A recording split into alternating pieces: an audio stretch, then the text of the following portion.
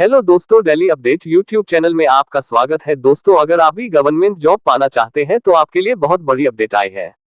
दोस्तों, एसएससी ने 11,000 से भी ज्यादा पोस्ट्स के लिए एक बड़ी भर्ती निकाली है और अगर आप 10वीं पास है तो इस भर्ती के लिए अप्लाई कर सकते हैं। तो दोस्तों, इस वीडियो को पूरा अंत तक जरूर देखिए क्योंकि इस वीडियो में हम आपको इस भर्ती से संबंधित पूरी जानकारी देने वाले हैं और ऐसी ही जॉब या जॉब से जुड़ी जानकारी पाने के लिए आप हमारे चैनल डेली अपडेट को सब्सक्राइब भी कर सकते हैं।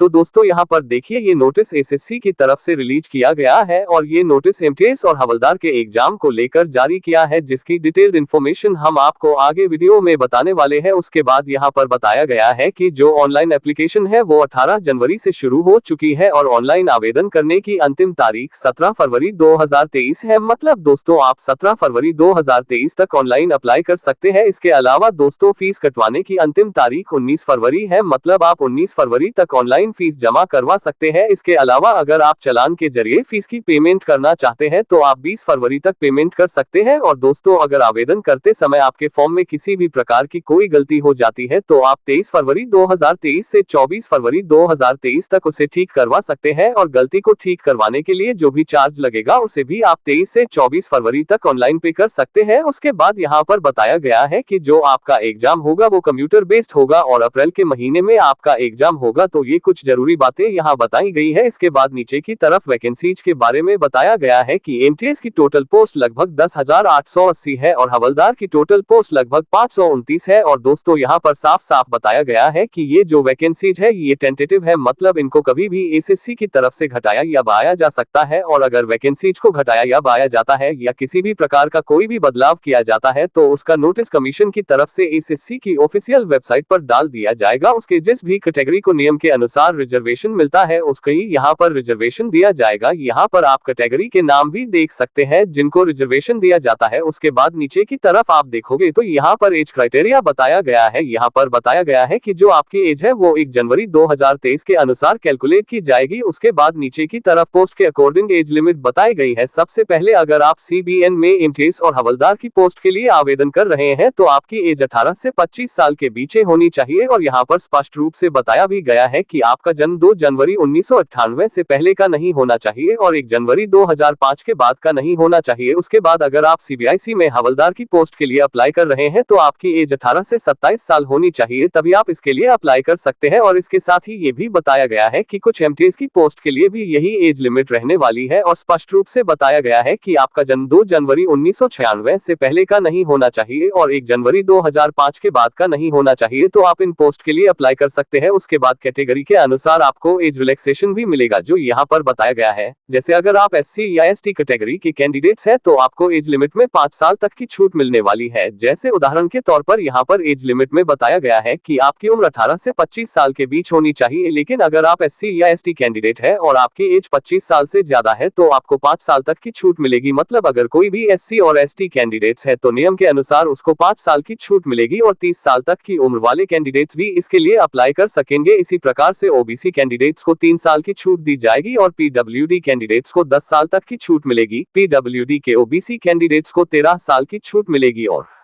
कैंडिडेट्स को 15 साल की छूट मिलेगी। इसी प्रकार से आप अपनी कैटेगरी के अकॉर्डिंग यहाँ पर चेक कर सकते हैं। उसके बाद जैसे ही आप नीचे की तरफ स्क्रॉल डाउन करोगे तो यहाँ पर देखिए अप्लाई कैसे करना है ये भी यहाँ पर बताया गया है। तो अप्लाई करने के लिए आपको कमीशन की ऑफिशियल वेबसाइट पर जाना है जो यहाँ पर दी गई है। यहाँ पर जाने के बाद आपको अपना रजिस्ट्रेशन करना है। अगर आपने पहले से ही रजिस्ट्रेशन किया हुआ है तो आपको लॉगिन करना है। उसके बाद आपको जिस पोस्ट के लिए अप्लाई करना है उसको सर्च करना है और उसके नीचे जो अप्लाई का बटन है उसके ऊपर क्लिक कर देना है। ऐसे करके आप घर बैठे ही ऑनलाइन अप्लाई कर सकते हैं। उसके बाद जो डॉक्यूमेंट्स आवेदन करने के लिए ऑनलाइन फॉर्म में लगने वाले हैं उनके बारे में भी बताया गया है।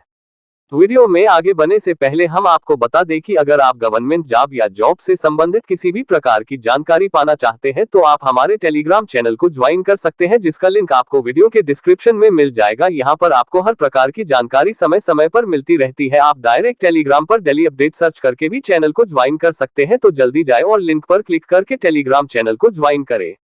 तो दोस्तों आवेदन करने के लिए आपको आपका एक scan passport size colour photograph चाहिए जो जेपीजी की फॉर्म में होना चाहिए और इसका साइज 20 केबी से 50 केबी के बीच में होना चाहिए और आपकी इमेज 3.5 सेंटीमीटर चौड़ी और 4.5 सेंटीमीटर लंबी होनी चाहिए। और दोस्तों यहाँ पर आपको एक चीज का विशेष रूप से ध्यान रखना है कि आपका फोटो 3 महीने से ज्यादा पुराना नहीं होना चाहिए और फोटो में आपको कोई भी कैप या चश्मे इत्यादि नहीं लगाने हैं और आपका चेहरा फोटो में क्लियर दिखना चाहिए। उसके बाद नीचे की तरफ दोबारा से फिर बताया गया है कि अगर आप दिए गए निर्देशों के अनुसार फोटो अपलोड नहीं करते हैं तो आपका फॉर्म रिजेक्ट भी हो सकता है। उसके बाद बताया गया है कि फॉर्म भरने की लास्ट डेट 17 फरवरी 2023 है। उसके बाद एप्लीकेशन फीस के बारे में बताया गया है कि आपकी 100 रुपए की फीस लगेगी और अगर आप महिला उम्मीदवार है या आप या एक्स सर्विसमैन कैटेगरी से संबंध रखते हैं तो आपके लिए कोई फीस नहीं लगेगी और फीस आप ऑनलाइन पे कर सकते हैं या आप एसबीआई की ब्रांच में चालान के माध्यम से ऑफलाइन भी फीस जमा करवा सकते हैं। उसके बाद नीचे की तरफ एग्जाम के सिलेबस के बारे में बताया गया है। तो सबसे पहले आपका कंप्यूटर बेस्ड एग्जाम होगा, उसके बाद आपका फिजिकली एफिशिएंसी टेस्ट होगा, उसके बाद आपका फिजिकल स्टैंडर्ड टेस्ट होगा और ये टेस्ट आपका सिर्फ हवलदार की पोस्ट के लिए होगा। उसके बाद जो आपका कंप्यूटर बेस्ड एग्जाम होगा वो हिंदी और इंग्लिश समेत 13 भाषाओं में कंडक्ट करवाया जाएगा जिनकी जानकारी यहाँ पर दी हुई है। उसके बाद जो आपका कंप्यूटर बेस्ड एग्जाम है वो 2 सेशन में कंडक्ट करवाया जाएगा और दोनों ही सेशन आपको एग्जाम देना है, मतलब दोनों सेशन आपको अटेम्प्ट करने होंगे। अगर आप कोई भी सेशन मिस करते हो तो आप डिस्क्वालीफाई हो जाएंगे। उसके बाद बताया गया है कि जो भी आपका फाइनल रिजल्ट में स्कोर रहता है वही आपका फाइनल स्कोर होगा, आप कोई रीचेकिंग या रिवैल्यूएशन नहीं कर सकते हैं।